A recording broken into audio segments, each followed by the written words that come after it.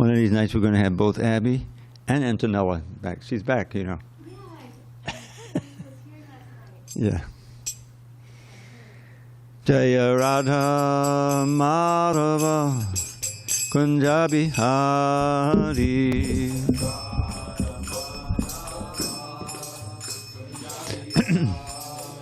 Jaya Radha Madhava Kunja Bihari.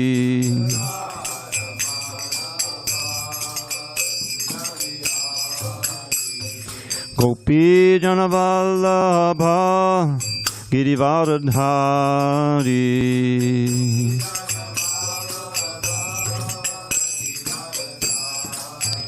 Jaya Gopi Jana Vallabha Girivardhari.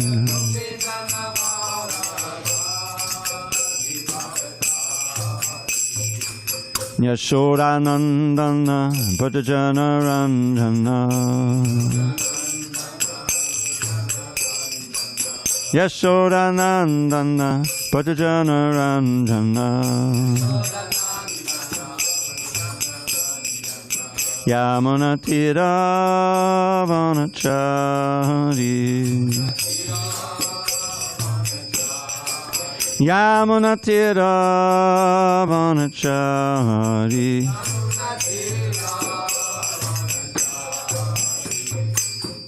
Hare Krishna, Hare Krishna, Krishna Krishna, Hare Hare, Hare Rama, Hare Rama, Rama Rama, Hare Hare.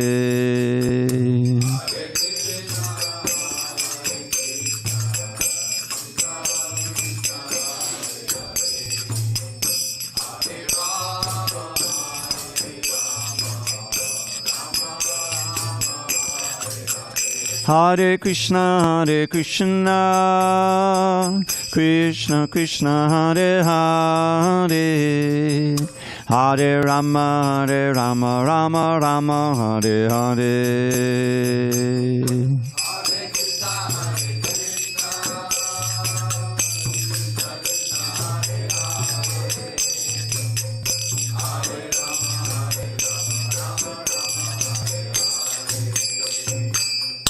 Hare Krishna, Hare Krishna, Krishna Krishna, Hare Hare, Hare Rama, Hare Rama, Rama Rama, Hare Hare.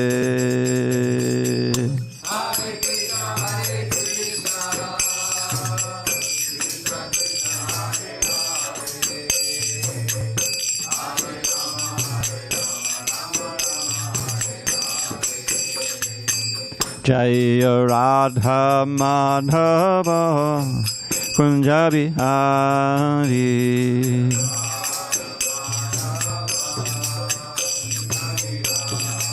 Jaya Radha Madhava Kunja Bihari.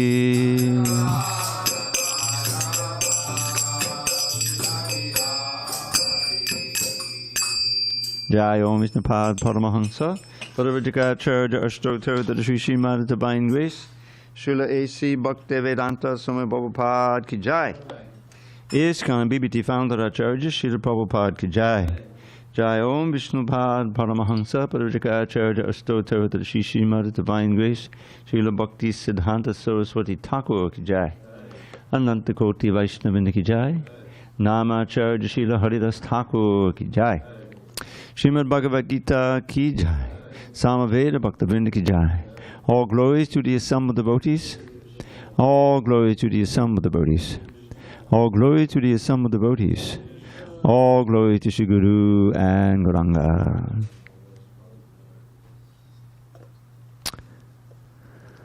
Om Namo Bhagavate Vasudevaya.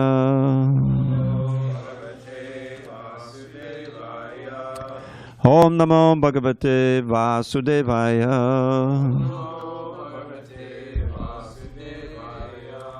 Om Namo Bhagavate Vasudevaya.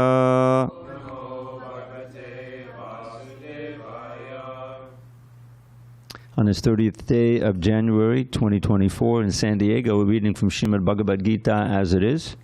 Translation and commentary by His Divine Grace A.C. Bhaktivedanta Swami Prabhupada. And we are in chapter 4 entitled Transcendental Knowledge.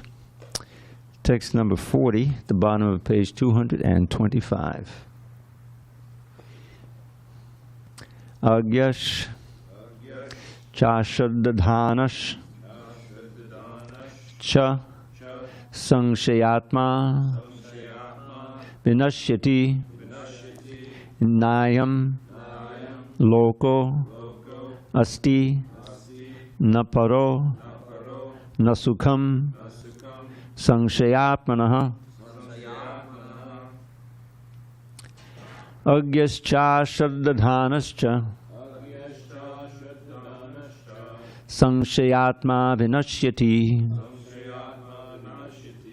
Nayam Lokosti Naparo Nasukham Sangshayatmanaha Agyascha Shraddadhanascha Sangshayatma Vinashyati Nayam Lokosti Naparo Nasukham Sangshayatmanaha Agyascha Shraddadhanascha Sangshayatma Vinashyati Nayam Lokosti Naparo Nasukham Sangshayatmanaha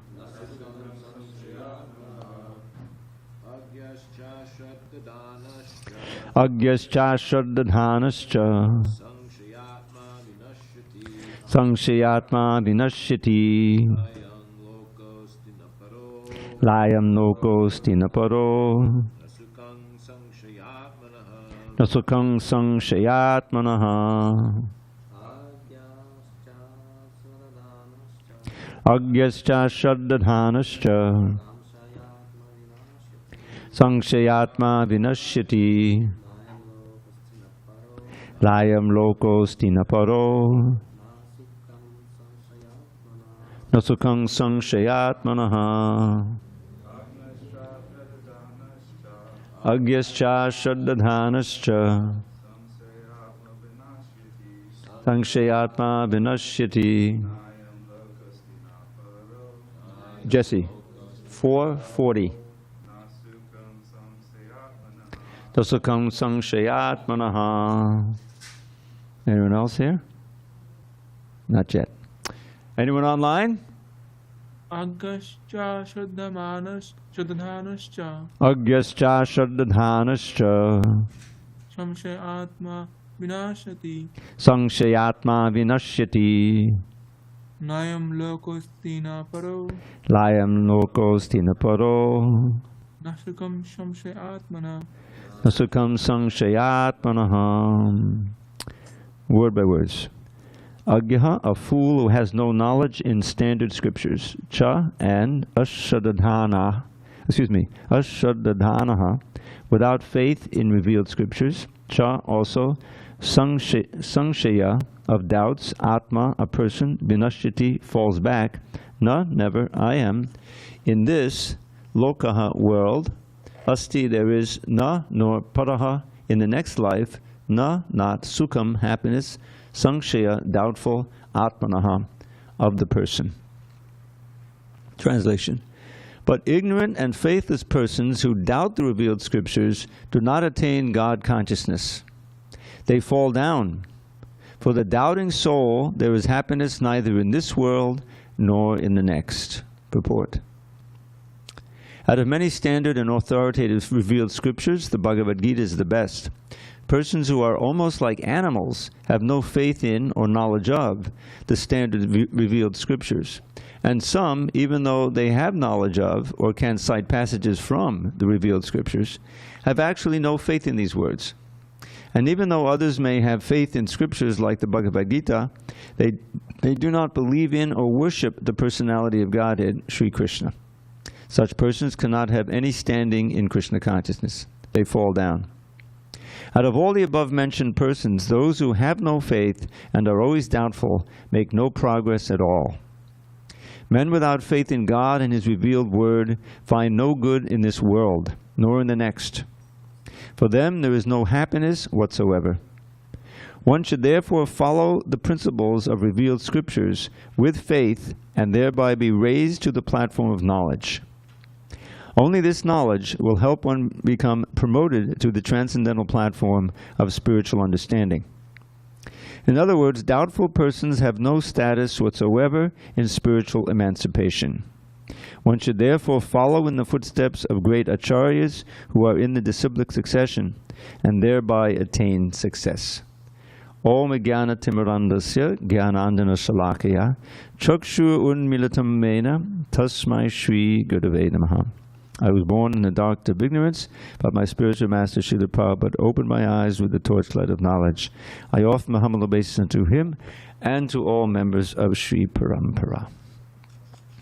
So, a very important verse on the importance of faith.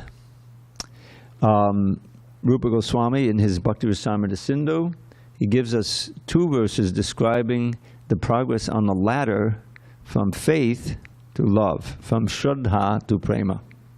And the beginning of Bhakti is Shraddha. But there's different qualities of Shraddha.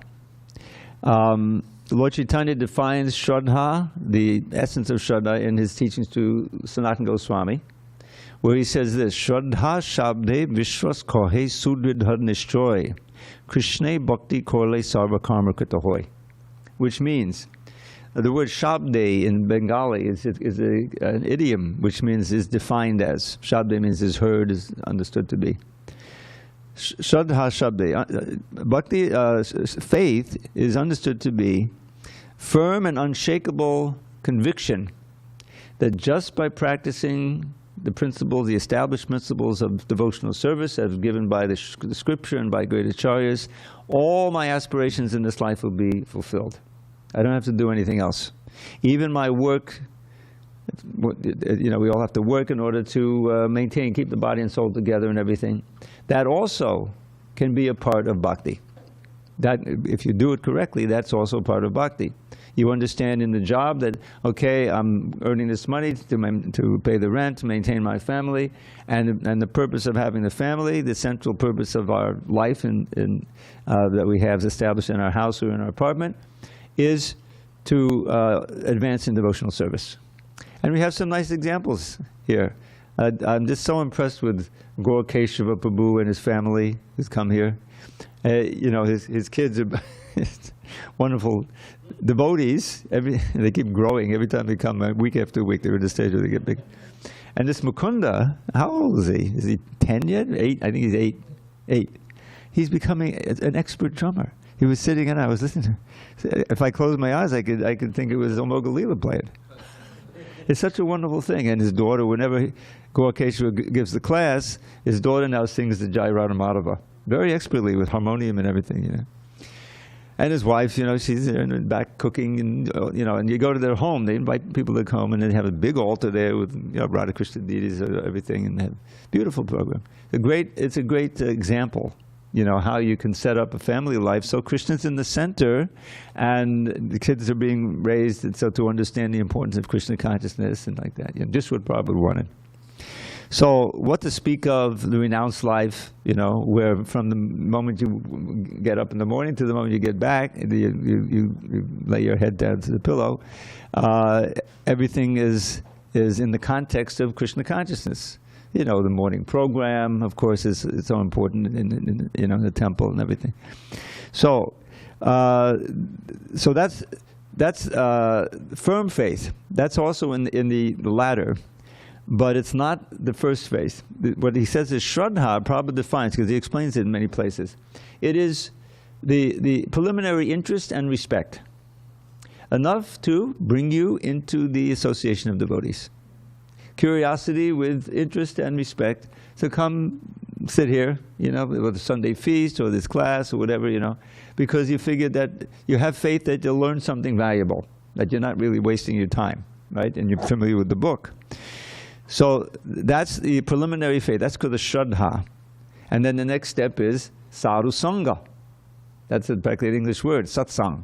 You know, association with devotees, association with saints is essential for imbibing the truths of the knowledge of Krishna consciousness and increasing your faith. In other words, you're experiencing something there. Association is everything, both the material and the spiritual side. If you want to learn a subject matter, you got to go to school. If you want to become a doctor, you apply to some of the leading schools, and if you get accepted because of what you did in your high school, then you're on your way. You go to get association with the teacher, with someone who knows, and with the other students, because that's the only way you can really advance, and it's certainly the only way you can get certified, right, as a doctor, so you can practice. So, and Prabhupada says, and there are associations of the drunkards, too. You know, the clubs you can go to and we'll get drunk, and you know. And you know, when you go there, you don't expect to see some, you know, somebody trying to get you to kick the habit. For that, you go to AA. That's another kind of association. I've given my point here because right up the street there's the church. There's a couple of big churches there, and one of them has big AA. Because I used to go there. Not that I was a drunkard, but I was invited by one guest who came down here who was trying to kick. This is many years ago. So anyway, here, so Shraddha. So just to quickly go through that step, because this ladder is important. Anyone who wants to advance should know this ladder, because you can see where you are on it. So it begins with this preliminary Shraddha, and then association. And from association, you get the inspiration or the desire to start practicing. Ado Shraddha Sarasang Bhajana Kriya, which basically means the interest in chanting, you know, regular chanting, because that you can do anywhere, you know, that you can integrate it into your job program, your schedule at home, whatever. So that's the next thing. And then we get to something which we just read in a few verses back, the importance of accepting a preceptor or a spiritual master, someone who you can surrender to. And this, of course, is a big step for faith. In other words, the faith is to be growing. It's not that you pass the stage of faith and there's no more faith and you go on to no, the faith grows and develops because you're experiencing the benefit of directly experiencing it. We'll learn at the beginning of the 9th chapter. This is a very important chapter. The king of knowledge, you know, Rajavidya Rajaguya, the 2nd verse. This knowledge, Rajavidya Rajaguya Pavatram Midamuttaman Pratyakshavagaman Dharmyam Susukam Kartamabhyam. Very significant verse. That book, Rajavidya, there's a book, little book we call Rajavidya, which I think the center of that book is a lecture Prabhupada gave on that this verse. So what that means is that this Krishna consciousness is the king of knowledge. It's most confidential, Rajaguyam, you see. Pavitram Idamuttamam, it is the most purifying, and Pratyakshavagaman, it is directly perceived. In other words, you don't have to get a certificate from someone, oh yeah, you're advancing in devotional service. You can know yourself. How? You're becoming less attracted to Maya and more attracted to Krishna. That's a simple thing. You're losing your taste for all of these harmful habits that we've had. We've all had them in this age. It's impossible not to have them unless you grow up in a devotee family, which a few maybe have. But so that increases your faith. The process works. If someone you know, just like anything, like hatha yoga, right? If you just bend and stretch this way and sit this way and do this way and the diet this way, then you'll lose weight, you become more limber and everything. And sure enough, it works every time if you actually do it, right? And bhakti works every time if you do it right. So that increases your faith. Oh, the process actually works. And now I'm feeling, yes, maybe I really can get liberation. I can attain a life of eternal happiness, you know, and knowledge and bliss. This is what this great Acharya is saying. This is what I read in the Bhagavad Gita. This is what Krishna is promising. So if your faith is growing, okay, let me try it. I'm going to make that commitment. I'm going to get initiated, you know. And then you take the disciples course, and you know, become qualified. And that is a big step forward, because you really make vows in front of the deity, and you change your identity. Your name is changed, you know. So it's a big thing, but that's one of the steps. And then all along, then is this process of anartha nivritti. Anartha Nivritti. It's interesting because oftentimes the morning class and the evening class are related. There's a port. And we just gave, yesterday, I gave class, and it was the third of a series of verses by Prahlad Maharaj, which Prabhupada often quoted, all of them, especially the first and second one mostly. And this whole thing is so dramatic. It would be a great movie. Here's this delicate little boy, who, because he's talking about faith, he has absolute confidence that he's protected because he's fully Krishna conscious and he's feeling that, and he's preaching to his father, who's this monstrous demon who's taken over the whole universe with his austerities, right? All the demigods are bowing down to him. They're afraid. Except, Brahma, Vishnu, and Shiva. Even Narada says, yes, I'm also bowing down. And here's this little boy who's completely unafraid of him. Because he figures, he knows at every moment he's feeling the protection of Krishna. So his father wants to know, because, he said, well, what did you learn in school? And he's hoping to train him up to be a proper demon, and how to make alliances with friends and how to get rid of your enemies and Machiavellian, all that stuff, to be a good demon. Especially if you're because Hiranyakashipu is training him to take over, hopefully. So he keeps asking him a question. Every time he asks him, he gets, Prahlad instructs him. The first time he said, What's the best thing you learned today, Prahlad? Oh, my dear father. But Prabhupada, he didn't call him father. He called him the best of the demons, Asura Varya. Best thing I learned today, for whom? For every embodied soul, for everybody, who is always in anxiety because we've taken shelter of the impermanent. We are eternal souls, right? We never die, we're never born. This is right at the beginning of Gita. But here we are in this body, which certainly does die and is born and is subject to so much frailties and pains. But this is our shelter now. We identify ourselves as this. This is our little boat. So there's always anxiety, at least right under the surface. We do so many things, sense gratification, to forget it for a little bit, but then boom, it comes back again. So this is called sadasamudvigna diyam, to have your consciousness always disturbed. And so he says, therefore, Father, give up this blind well of materialistic family life with not a tinge of, he's a demon, hitvatma patam, which such a life obstructs the progress of the soul. Atmapatam means it's exactly opposite to self-realization. Griyam andakupam, the blind well of material family life. Give it up and go take shelter of Hari, Krishna. He knew the very name Hari is anathema for Hiranyakashipu, because Hari killed his brother, and it's God. So he wanted to be God, as powerful as possible. And go to the forest, meaning go to Vrindavan, like that. Oh my God! So this was the first thing. So Hiranyakashipu said, "Where did you get that?" He wasn't like ready to blame Prahlad at that point. He blamed the teachers. That we didn't teach him, So then they tried to. They took Prahlad back to the school. Said, where did you learn that, Prahlad? They couldn't find out because he learned it in the womb from Narada Muni. So anyway, it goes on like that. Then the next time. We had this verse. He asked him, a few weeks later or something, he must be, get that devotional stuff out of his brain, because he's just a little kid, and now he'll answer correctly. So what does he say? What's the best thing you learn? Shavanam kirtanam vishnu smaranam parasevanam marchanam vandanam dasyam sakyam atmanivedanam. Then the next verse, right, I memorized. This is the best, when someone knows these things, is the best education, Oh my God, what is it?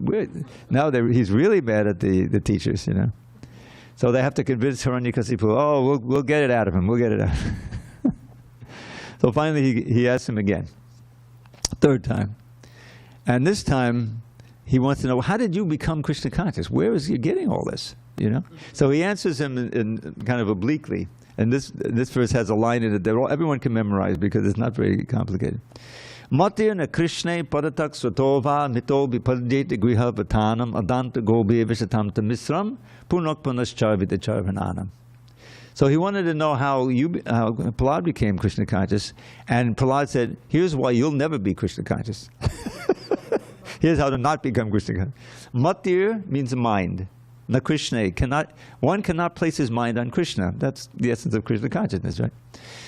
Either meeting with others or on one's own or in any way, provided because of the following.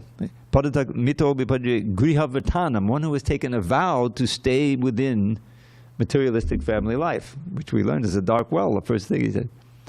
Grihavartanam. Because such a person, adanta gobhir, every phrase is important, his senses are out of control.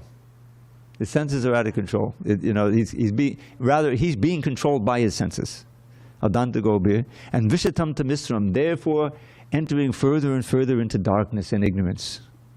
And what's the motto, or what's the perfect description? Punak punas charvita charvananam. Okay, repeat after me. Punak punak. Charvita. Charvananam.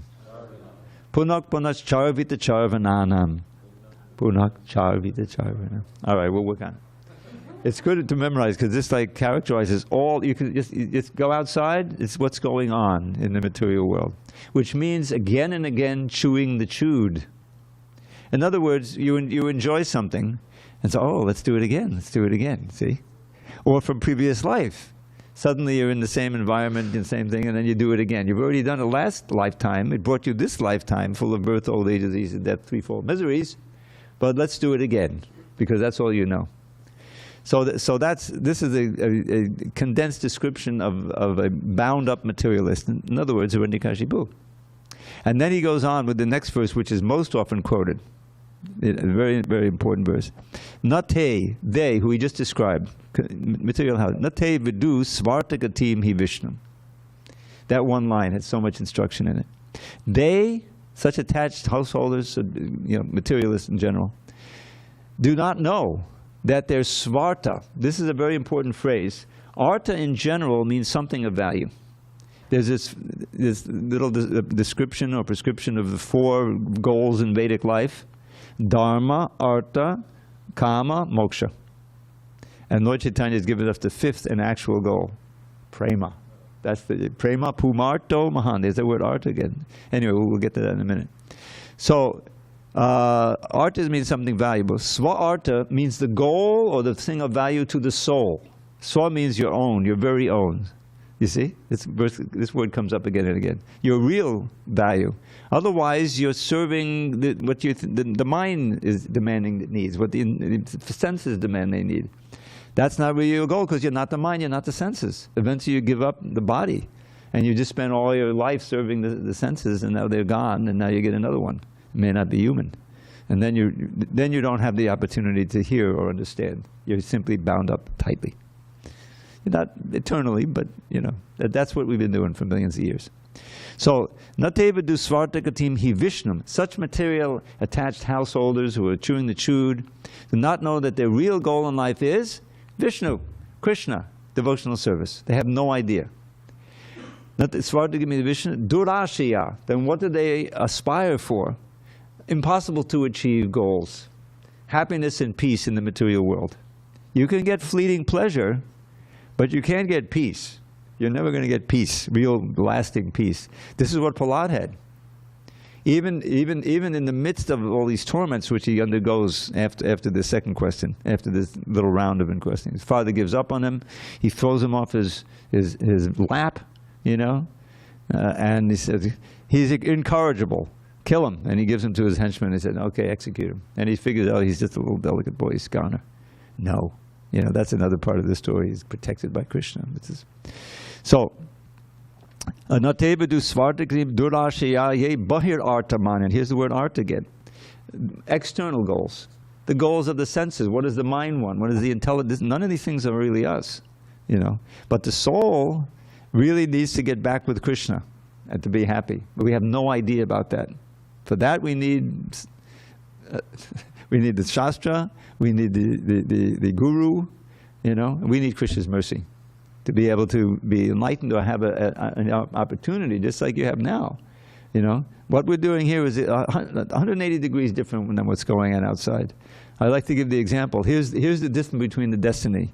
You're walking down Grand Avenue, and here's the temple. It's 7:10, 7:12. maybe a little late. It's already 7:16, whatever. But it's about the time for the class, you see? And you see it there? So, that's Hare Krishna. So you keep walking, and you walk into the bar. It's like 50 feet past it, right? You know, down in the corner.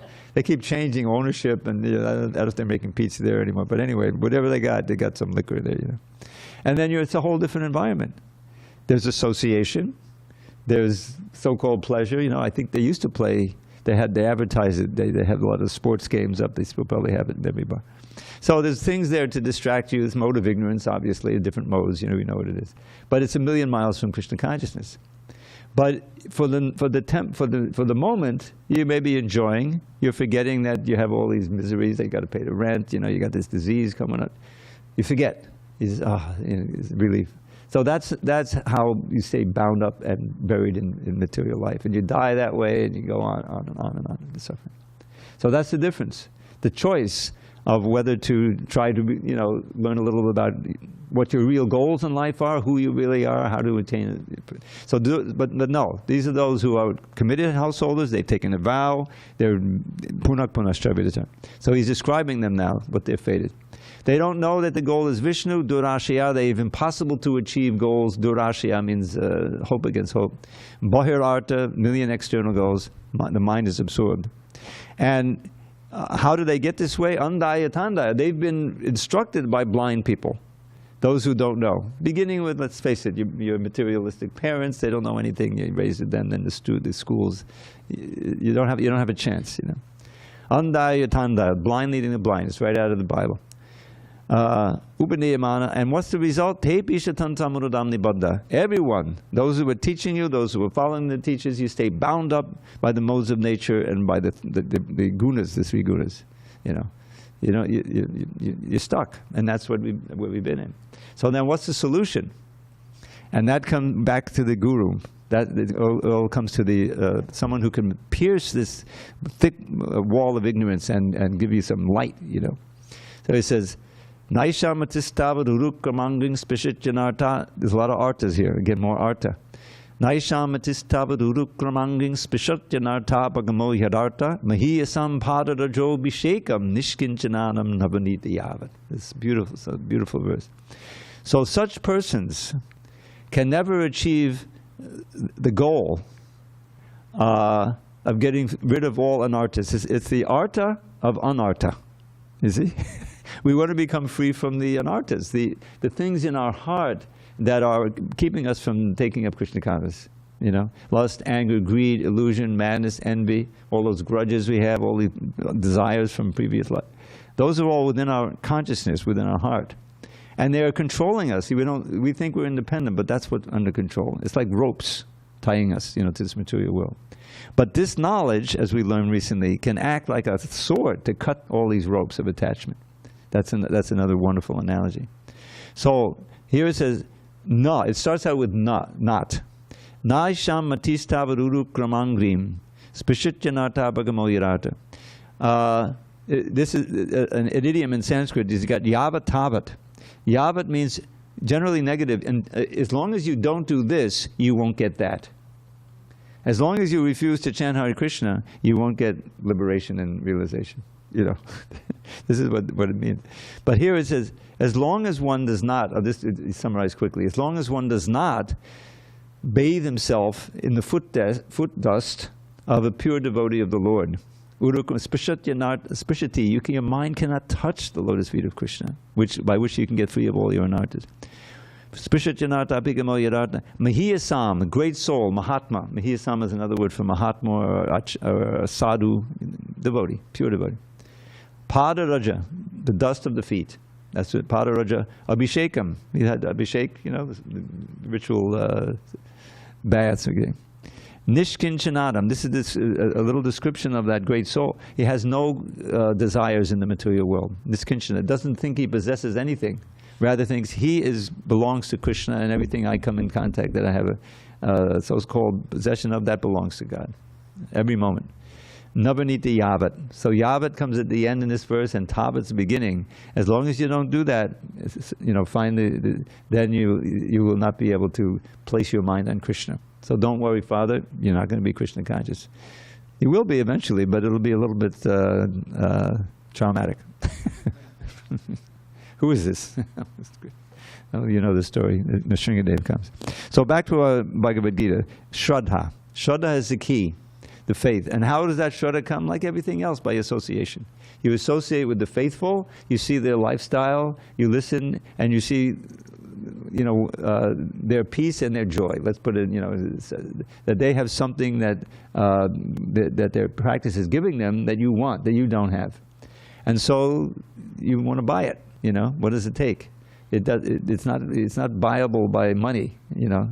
It's buyable by willing to associate and to practice, engage in the practice, beginning and ending ultimately with chanting Hare Krishna. The more we perfect that chanting, the more we'll experience, and it'll be pratyaksha avagamam, as I want to do. So that's directly perceivable. Pratyaksha avagamam dharmyam. And that's it. You don't have to wait till, you know, 100 years until you perfect your meditation to experience anything. No. Depending on your sincerity, your ability to take part, you will experience from day one. And this is why the movement, from, you know, minute one, this is why the movement was able to grow. Prabhupada just created an atmosphere. The prasadam was a very important draw. That's okay, bring everyone in, you know. And they took part, even if they didn't chant, they still heard the holy name. And a certain percentage were, you know, interested, and they got intrigued, and they proceeded to associate and are on this path. And that's what we're also doing. So here he's describing just the opposite. If you don't have any faith, right? Which one would you do? 40? Agyas, a fool has no knowledge and standard. Did we read that one? Yes.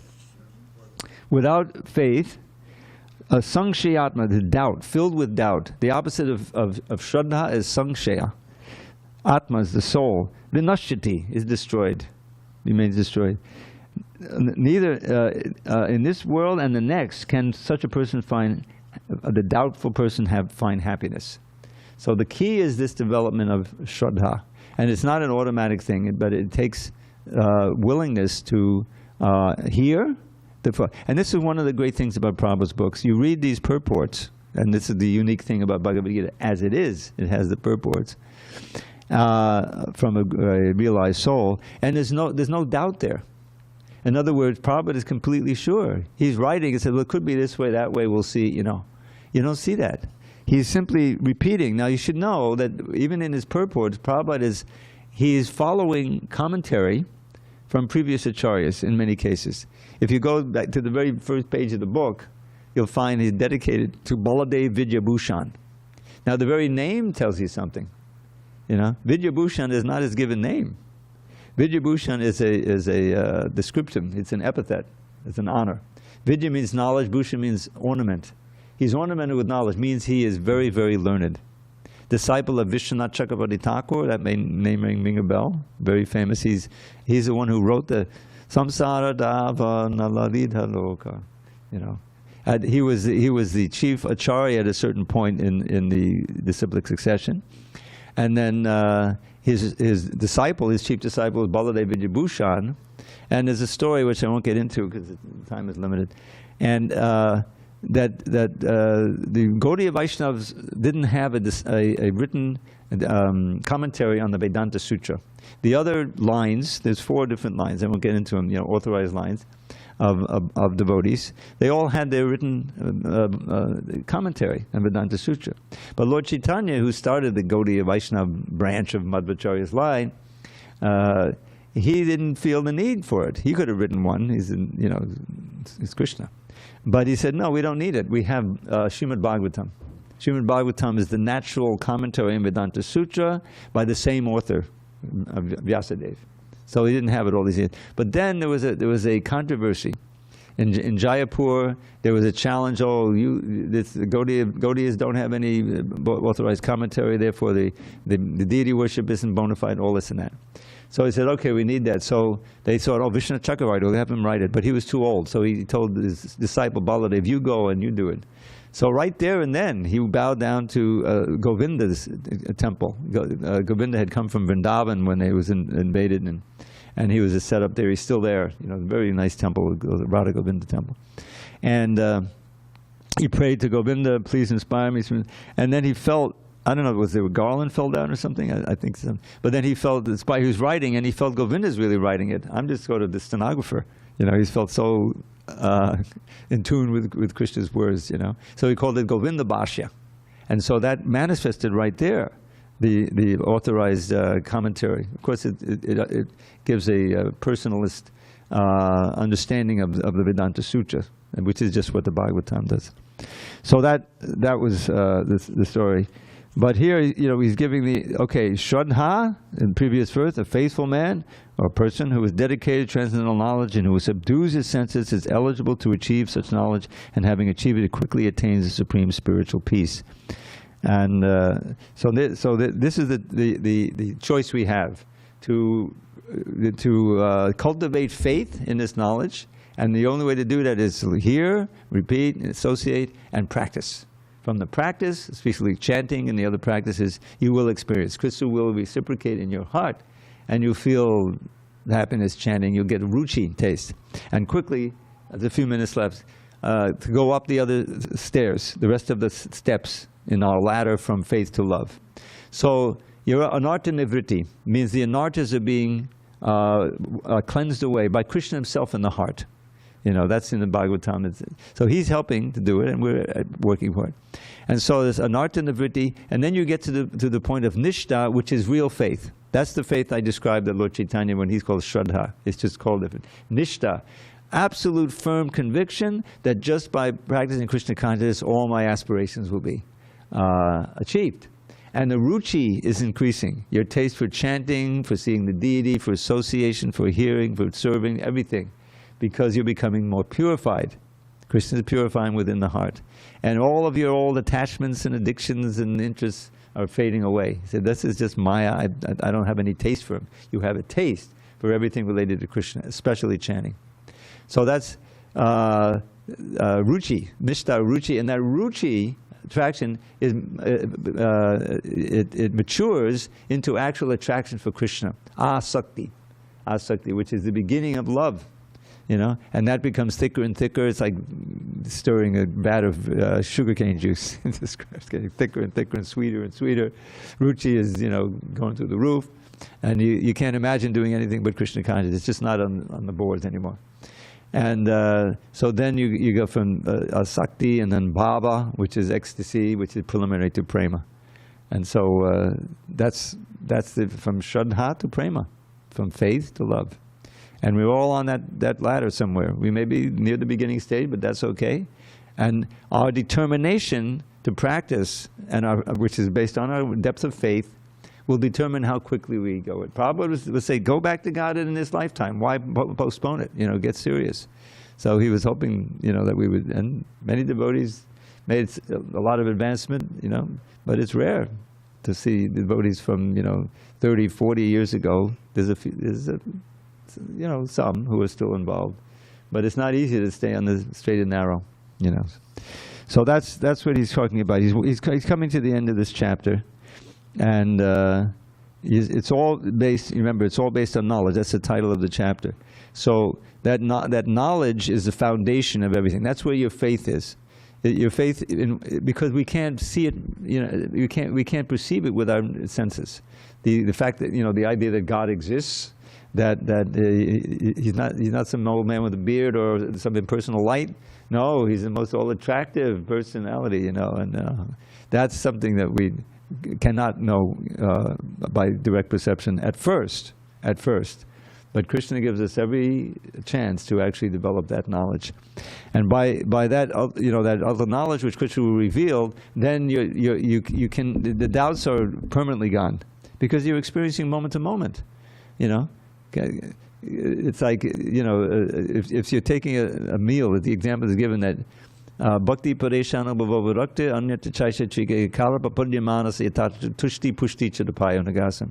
In one of the Yogendra's teachings, that near the, when you become mature, this bhakti, simultaneously you experience three things in the higher stages. This bhakti, which is attraction to Krishna, paresha anubhava, direct experience of God, His presence here personally, and virakti, detachment from all Maya. They experience three times, just as you sit down to a nice feast. I like to give the example of the Shringadev's appearance because you don't eat anything until like, late. And but then the nice feast is there, and every bite, you're enjoying. That's tushti. Pushti, you're being nourished. The soul is being nourished. The body is being nourished in this case. And chudapayo, and you're becoming eventually detached from the food with every bite. Your detachment is coming. Okay. Any questions, comments? Sorry, I kind of got a little far afield, but I think we stepped. The importance of faith and how it's foundational. Yeah. Hare Krishna, Victor. So you mentioned about advancement on the spiritual path. Oh yeah. Please, because we have people outside who want to hear. Thank you. Yes. You mentioned about advancement on the spiritual path. Some of the, how can you tell where you are? Like, are you on step 1 or 137 or 4,058,000? Can you tell by the books that you're inquired by? Like, one of the books I really like is the Brahma Samhita. I don't know why, but the gentleman that wrote it, the commentary, I really like how he writes. Yes, it's Bhaktisiddhanta Saraswati Thakur. Yes. Yeah. Well, there's a simple criterion, and that is, which Prabhupada said, you don't have to get a certificate from someone to sign it. How much you are detached from Maya, those things which take your mind away, sense gratification, and how much you're becoming attached to Krishna, and really they are opposites. So if you have a taste for chanting and you like to serve the devotees, you like to see the deities and so forth, this is a very good sign. That itself is advancement. You want to pursue that. And you'll find that conversely, the more you become attached to and interested in Krishna consciousness, the less you'll be interested in Maya. It's not even attractive anymore. It's not that you're gritting your teeth and saying, oh, I can't do that anymore, I can't do that anymore. No, it's that, oh, thank God, and I'm through with that. Things that you may have really been into before you even heard of Krishna consciousness. So that's the very simple criteria. Is called vairagya and vidya. Vidya meaning knowledge or interest in this case. They're opposites. Your interest in Krishna and your taste for chanting and everything else related to Krishna consciousness, that's good. That's the best. That's natural for the soul. And along with that goes this detachment. But especially in the early days, we need rules and regulations, because oftentimes those things that we were attracted to are really attracting us. But we say, no, I can't do that anymore. I'm in the association of devotees. I've taken a vow. That's why association is so, the initiation is so important eventually. You take vows to the spiritual master, before the deities, before the devotees. So even if you're tempted, to do something, to break the regs, the 4 regs, say, no way I can do that. I used to smoke pot, no more. I don't even care, And you on your phone, you X out those old friends of yours who are always inviting you. Why don't you come to a party, No, I'm not going to do that. So that's the simple criteria. Attachment to Krishna, detachment from Maya. And that attachment to Krishna eventually blossoms into love, into prema. And that's why we have the Krishna book. We have so many wonderful books that describe that level. You read the Krishna book in Krishna Vrindavan and Dwarka, and the great devotees there, they're just so much in love with Krishna that they'll do anything for him. And they're experiencing the bliss of Krishna consciousness at every moment. That's the idea. Okay? One more. Go ahead. Follow-up question. So there's also different pastimes where I hear about being like one of the cowherd's boys playing with Krishna versus being one of the cowherd damsels helping Tulsi set up for Radharani. So the different lokas and planets and different positions. Like if one is attached more to wanting to be a cowherd boy versus the cowherd girl. Yeah. Is that just like a personal preference? Is that like... That's a very advanced personal preference. Each all have it. But the central idea, the foundation of all of them is service. Meaning we want to please Krishna. We're not interested in getting our own separate pleasure at all. We're ready to, in our own role, that's what's given to us, to please Krishna like that. And you're taking pleasure in Krishna being pleased. That's the key of love. There's this little phrase in, okay, then we'll have time, maybe a little poem. Well, the main thing is Rupa Goswami's definition of Prema Bhakti, at the beginning, near the beginning of Bhakti Samana Sindhu. And this whole movement, the practice and everything is really based on the teachings of Rupa Goswami as given by Lord Chaitanya. And he says, Anyabhilashita shunyam jnana karma dyanavatam anukulyena krishna anushilaram bhaktiruttama. Very important verse. Anya abhilashitam, other desires. Shunyam, devoid of other desires. And he gives a little summary. Jnana karma dyanavatam. Jnana stands for cultivation of knowledge, which means impersonalism. I want to be liberated and merge into the absolute. And I will have no more birth, old age, disease, and death. I won't have a body, I won't have senses, but I won't have any birth or death. No, that's not bhakti, you know. And karma means standard fruit of activity for sense gratification. And adi, other thing, you may want to develop siddhis, yoga siddhis, you know. That's another field of selfish desire. All of that anavritam, not covered, not diluted, not obscured by any of these things, your activity. Then what do you do? That's what it's not, okay? Anukulyena Krishna anushilanam, always serving Krishna favorably. We're conscious of Krishna, and we're conscious of what he wants us to do through the medium of the Shastra, through the medium of the spiritual master, and we do it, you see? And we actually do it. Even though at verse, you know, it may be austere, and, you know, but we'll do it anyway, you know, you do it. Anukulyena Krishna anushilanam, the shilanam is behavior, bhaktir uttama, that is pure devotional service, you see. So and there's a nice little phrase quoted in the second canto that describes it. It's from Jiva Goswami. Bhajaniya padama puraja sukha matra sasukatvam, which means taking one's pleasures wholly and solely in acting for the pleasure of the Supreme Lord. It's just like the idea of a mother has a 3-month-old baby, completely dependent, you know, and her whole life is focused on that baby. She's always aware of it. He may be beginning to walk. I don't know. That's a little early for walking, maybe. But he has needs. She tried to fulfill the needs. And as the child is you know, sleeping soundly and nicely, is well fed, or he's awake and he's happy, just sucks her breast, you know, and that's her life. She's not doing it and said, "What are you going to do for me?" You know, I've been practicing. No, there's none of that, you know. Her pleasure is wholly and solely in seeing the child safe, healthy, happy, and, you know, peaceful. So that's the purest thing we have in the material world. It's not, eventually the child grows up and it dissolves, it breaks, you know. But for Krishna, it never breaks, you know. It's always, that's your focus, and that's how you can live eternally in the spiritual world. That's our natural function. Different varieties of service that please Krishna, but we fit in somewhere in there. That's our swarup. Remember I talked this the swarup, what is your real form? And so Krishna consciousness is discovering that through the process of devotional service, through progressive more and more purification, getting rid of more and more of the anartas, the things which are obscuring that are in our heart. And we don't have to wonder separately how it's happening. Just by the practice of chanting and regulated principles and following, Krishna is automatically doing it. And you find yourself peaceful and happy.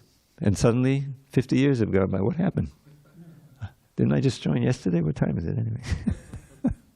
Time goes much faster. Okay, we have time. We have one time for a poem. Okay. Well, let me see how much of this I can get through. This is, I'll just do the English. The Kevalashtaka. There's a famous verse, Harinama, Harinama, Harinama eva kevalam kalon nasteva, nasteva, nasteva gataranyata. That in this age, only chanting will happen. There's no other way, no other way, no other way.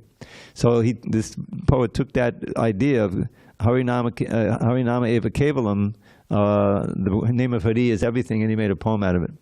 So you'll hear in the English, of sweet things is the sweetest you will taste at any time. Of things that bring good fortune, it's the perfect paradigm. Of things that purify, it purifies most powerfully. The holy name of Shri Hari, that's Krishna. The holy name of Shri Hari is surely all that be. From Brahma's realm atop the sky, down to the lowly grass, illusion reigns in Maya Devi's treacherous morass. The truth, the only truth, the name of Shri Hari. The holy name of Shri Hari is surely all that be. That's good. He's the guru, he's the father, he's the friend most true. And she's the real mother who most kindly teaches you to always chant and hear the holy name of Shri Hari. The holy name of Shri Hari is surely all that be. Here's my favorite verse. Remember that our final breath may come at any time, no matter if we're old and sick or in our youthful prime. So young and old alike should chant the name incessantly, the holy name of Shri Hari, surely all that be. Lord Shri Hari forever dwells wherever devotees whose hearts are fixed in him and free of all impurities uplift their voices high and sing his name in ecstasy. The holy name of Shri Hari is surely all that be. Alas, what sorrow, what great pain, the worst calamity for people to forget the holy name of Shri Hari. Although the name's a priceless gem, mere broken glass they see. The holy name of Shri Hari is surely all that be. Just fill your ears, just fill them with the name of Shri Hari. Just chant the name with all sincerity. Just sing the name, to sing the holy name eternally. The holy name of Shri Hari is surely all that be. It makes this world appear like bits of straw upon the ground. Resplendently it reigns supreme, divinity in sound. It's filled with transcendental bliss and peerless purity. The holy name of Shri Hari is surely all that be. Inspired to glorify the holy name of Shri Hari, Shri Nilakanta wrote this hymn in Sanskrit poetry. I pray that those who hear this lowly version made by me will chant the holy name of Shri Hari in ecstasy. All glories to Srila Prabhupada. Thank you for letting me share that one with you. Hare Krishna. Thank you for such a nice poetry, Prabhu. Did you get it, Tapas? Did you record it? Already recorded. Oh, it's there for eternity online. Recorded, yeah.